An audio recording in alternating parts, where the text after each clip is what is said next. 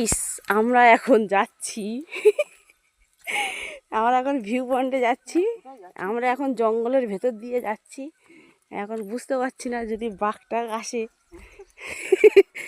এখানে শুনেছি বাঘ নেই, কিন্তু ভাল্লুক আছে। বলা যায় না এখন কী হবে। অনেক টাফ এইসব রাস্তায় ওঠা, বিশাল কঠিন। আমরা এখন জঙ্গলের ভেতর দিয়ে যাচ্ছি। দেখা যাক ভিউ পয়েন্টে কত দূর।